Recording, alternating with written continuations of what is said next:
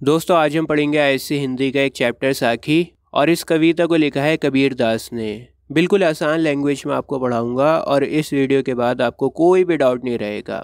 तो चलिए शुरू करते हैं। पीछे लगा जाए था लोक वेद के साथी। दोस्तों इस लाइन का मतलब ये है कि मैं संसार के हिसाब से चल रहा था। सोसाइटी ने जो मुझे बता दिया ना उसके हिसाब से मैं चल रहा था। जैसे फॉर एग्जांपल आप स्कूल में जा रहे हो, अभी स्कूल के बाद कॉलेज में जाओगे, कॉलेज के बाद नौकरी करोगे, नौकरी के बाद शादी करोगे, शादी के बाद बच्चे करोगे, फिर बच्चों की शादियां करोगे। तो क्या हो रहा है, यहाँ पर एक स्ट्रक्चर बना हुआ है, एक सिस्टम बना हुआ है और उस सिस्टम को आप फॉलो कर रहे हो, उस सिस्टम में आप उलझे हुए हो। जैसा समाज ने हमें बताया ना जीने के लिए वैसा हम जी रहे हैं। तो कबीर दास भी यही बोल रहे हैं कि मैं भी समाज के रीति रिवाजों में मोह माया में उलझा हुआ था और जो समाज ने मुझे बताया था वैसी ज़िंदगी को मैं जी रहा था। और ऐसा करने से क्या हुआ, मेरी कोई ग्रोथ नहीं हो रही थी लाइफ में, मैं आगे नहीं बढ़ पा रहा था। आगो थो सदगुरु मिलिया दीपक दिया हाथी। लेकिन जैसे जैसे वक्त बीता ना तो ज़िंदगी के सफ़र में मुझे एक सदगुरु मिले जिन्होंने मेरी ज़िंदगी में रोशनी फैला दी, मुझे रास्ता दिखा दिया। दोनों लाइंस का मतलब ये है कि मैं दुनिया के अंधेरों में खोया हुआ था, मोह माया में उलझा हुआ था, लेकिन फिर मुझे एक साथी मिले और उन साथी गुरु ने मेरी ज़िंदगी में उजाला भर दिया, मुझे रोशनी दिखाई, मुझे रास्ता दिखाया। कहने का मतलब यहाँ पर यह है कि जिस इंसान को बढ़िया टीचर मिल गया ना ज़िंदगी में, तो उस गुरु के ज्ञान से इंसान ज़िंदगी में भटकता नहीं है, उसको रास्ता मिल जाता है चलने के लिए। कई बार होता है ना हमारी ज़िंदगी में, हम बहुत भटकते रहते हैं, उलझे हुए होते हैं, लेकिन फिर अचानक से कोई ऐसा टीचर आता है ज़िंदगी में और उसकी एडवाइस से हमारी पूरी ज़िंदगी बदल जाती है। तो यही बात यहाँ पर भी कह रहे हैं कि मैं मोह माया में उलझा हुआ था, लेकिन फिर अचानक से एक टीचर मिला मुझे और उस गुरु के ज्ञान ने मुझे रास्ता दिखाया और मैं भटकना बंद कर दिया। कबीर बादल प्रेम का हर पर वर्षा आई, अंतरी भीगी आत्मा हरी भई बन रही। दोस्तों इन लाइंस का मतलब ये है कि मुझे जो ज्ञान मिला था गुरु से, उस ज्ञान से मेरे ऊपर ईश्वर के प्रेम की बरसात हुई और उस बरसात ने मेरी आत्मा को भिगो दिया और मैं इस तरह से खिल उठा जिस तरह से जंगल में हुई बरसात से जंगल हरा भरा हो जाता है। समझ में नहीं आया ना? अभी समझाता हूँ, रुको। देखो जंगल में बरसात होती है तो क्या होता है, जंगल हरा भरा हो जाता है, ठीक है। अब यहाँ पर ये कह रहे हैं कि गुरु ने जो मुझे ज्ञान दिया ना, उस ज्ञान ने मुझे ईश्वर के करीब कर दिया और जब मैं ईश्वर के करीब हुआ ना तो ज़िंदगी में सुकून ही सुकून, ज़िंदगी में मज़ा ही मज़ा।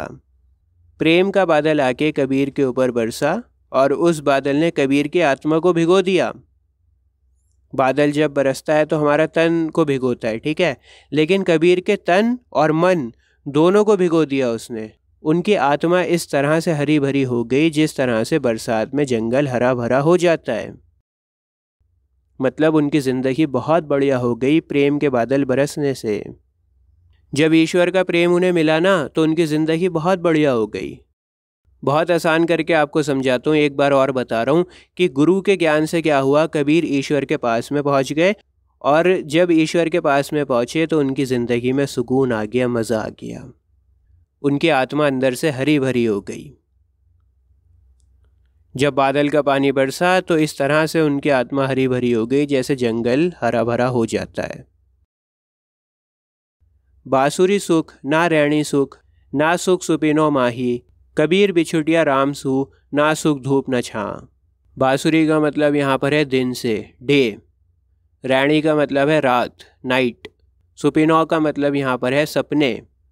बिछुटिया का मतलब है बिछड़ना।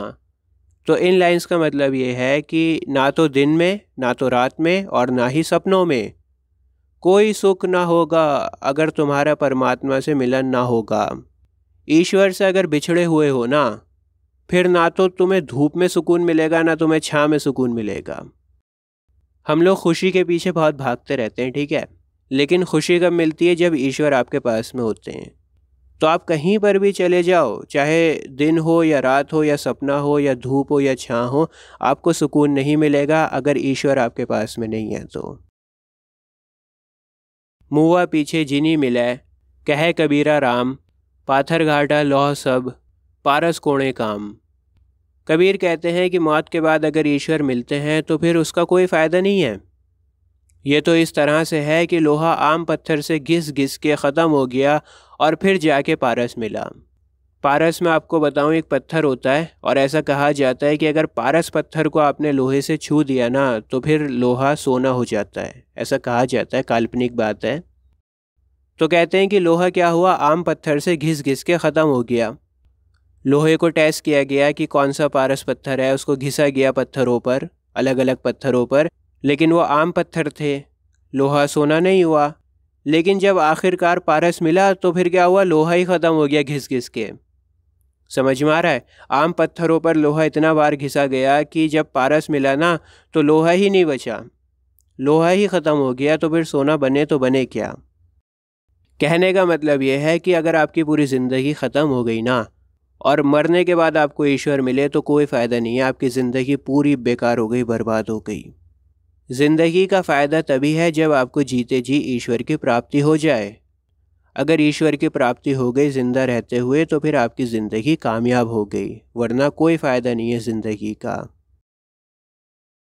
अखंडिया झाई पड़ी, पथ निहारी निहारी, झीबड़िया छाला पंडिया, राम पुकारी पुकारी। दोस्तों यहाँ पर परमात्मा को पाने के लिए जो लोग संघर्ष करते हैं ना, वो बता रहे हैं। आँखों में दुखन हो जाती है राह को देखते देखते कि अब परमात्मा आएंगे, अब परमात्मा आएंगे, और जीभ में ज़ुबान में छाले पड़ जाते हैं राम का नाम पुकारते पुकारते, लेकिन परमात्मा की प्राप्ति नहीं हो पाती है। अखंडिया का मतलब यहाँ पर है आँखें, झाई का मतलब है आँखों का कालापन हो जाना, आँखों में थकान हो जाना। पथ का मतलब होता है रास्ता, निहारी का मतलब यहाँ पर है निहारना, ध्यान से देखना किसी चीज़ को।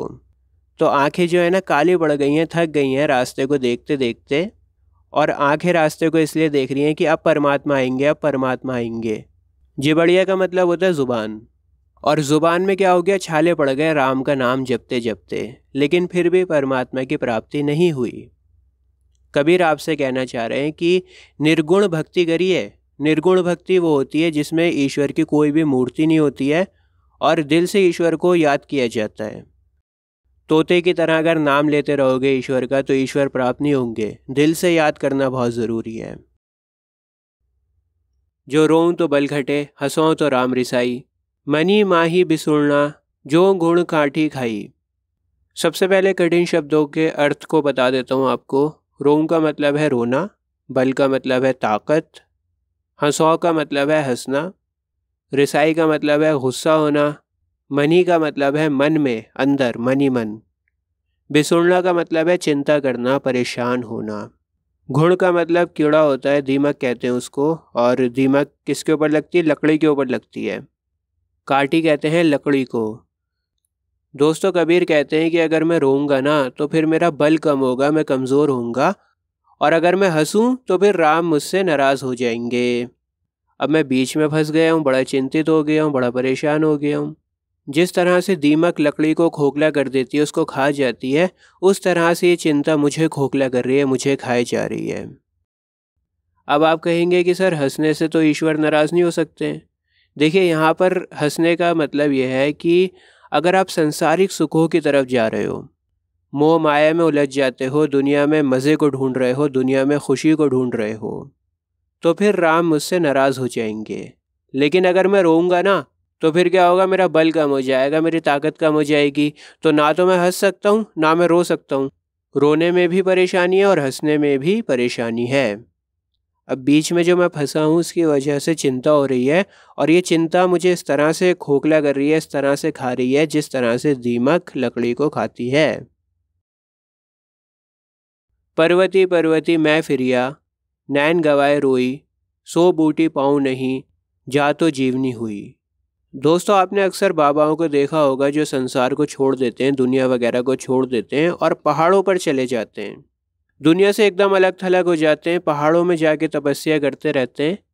कबीर दास कहते हैं कि मैं भी पर्वतों पर भटकता रहा था और इतना रोया, मैं इतना रोया कि आंखों की रोशनी तक खो दी मैंने, लेकिन फिर भी मुझे परमात्मा रूपी संजीवनी बूटी नहीं मिली। पहाड़ी पर गया, खूब तपस्या करी, इतना रोया कि आंखों की रोशनी ख़त्म हो गई, लेकिन फिर भी संजीवनी बूटी नहीं मिली। परमात्मा रूपी संजीवनी बूटी नहीं मिली मुझे, और इस तरह से मेरी ज़िंदगी का बहुत टाइम बेकार हो गया। कहने का मतलब ये है कि पर्वतों पर बैठकर तपस्या करने से ईश्वर नहीं मिलते हैं। इस तरह से आप सिर्फ अपना टाइम वेस्ट कर रहे हैं। आया था संसार में देशण कौ बहु रूप, कहे कबीरा संत हो पड़ी गया नजरी अनूप। जब मैं संसार में आया था ना, जब मैं दुनिया में पैदा हुआ था, तो दुनिया की ही मोह माया में खो गया। रुपया, पैसा, शोहरत, इसी में उलझा रहा मैं। लेकिन फिर जब गुरु मिले तो फिर गुरु ने मुझे इस मोह माया से, इस अंधकार से बाहर निकाला। मुझे परमात्मा मिल गए। जब परमात्मा मिले तो फिर मुझे दुनिया की मोह माया में कोई भी दिलचस्पी नहीं रही। तो बताना चाह रहे हैं कि मैं मोह माया में उलझ गया था दुनिया की, लेकिन फिर टीचर ने मुझे बाहर निकाला, गुरु ने बाहर निकाला और रास्ते को दिखाया। और फिर जब मुझे परमात्मा मिले तो फिर मैं अलग हो गया इस मोह माया से, मेरी दिलचस्पी ख़त्म हो गई। जब मैं था तब हरि नहीं, अब हरि है मैं नाही, सब अंधियारा मिटी गया जब दीपक देखिया माही। मैं का मतलब यहाँ पर अहंकार के लिए है, एरोगेंस, जिसे हम घमंड कहते हैं। मैं होता है घमंड, हरि का मतलब होता है ईश्वर। तो कहते हैं कि अगर घमंड है ना, अगर आपके अंदर घमंड है ना, तो ईश्वर नहीं हो सकते आपके पास। आपकी बॉडी में या तो ईश्वर रह सकते हैं या घमंड रह सकता है। ईश्वर तभी आपके पास आएंगे जब आपके अंदर मैं नहीं होगा, घमंड नहीं होगा। और जब मुझे दीपक मिला ना, रोशनी मिली, तो फिर मेरी ज़िंदगी का अंधकार ख़त्म हो गया। कहने का मतलब ये है कि जब मुझे ईश्वर मिले तब मेरी ज़िंदगी का अंधकार ख़त्म हो गया। तन को जोगी सब करें, मन को विरला कोई, सब विधि सहजे पाइए, जे मन जोगी हुई। जोगी का मतलब यहाँ पर योगी है।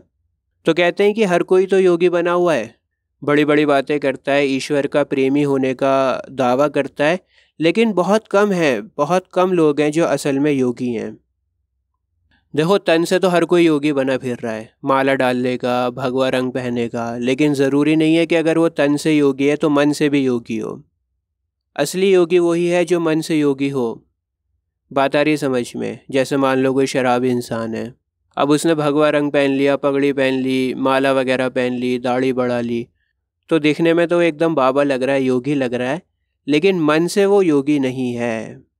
तो दिखावे पर तो सभी लोग लगे हुए हैं, हर कोई योगी दिखा रहा है अपने आप को, लेकिन हर कोई योगी नहीं है। योगी सिर्फ वही है जो मन से भी ईश्वर से प्रेम करता है। और हमें भारी तौर से योगी नहीं बनना, शो ऑफ नहीं करना है, दिल में ईश्वर के लिए प्रेम होना चाहिए। मन से अगर साधु होंगे ना, तभी परमात्मा की प्राप्ति हो सकती है। माला जपने से या भगवा पहनने से कोई योगी नहीं होता है, मन से योगी बना जाता है। दोस्तों, अभी आपकी स्क्रीन के ऊपर एक प्लेलिस्ट आ रही होगी, इस प्लेलिस्ट पर क्लिक करके आपको आईएससी हिंदी के सारे चैप्टर्स मिल जाएंगे बहुत ही आसान लैंग्वेज में। बहुत बच्चे रिक्वेस्ट कर रहे थे यार आईएससी की वीडियोस बनाओ, हिंदी की आईएससी की वीडियोस बनाओ, तो अब मैं आईएससी की हिंदी की वीडियोस बना रहा हूँ। बाकी और सब्जेक्ट्स को भी आपके कवर करूँगा बहुत जल्दी। मिलता हूँ आपसे किसी और वीडियो में। जय हिंद।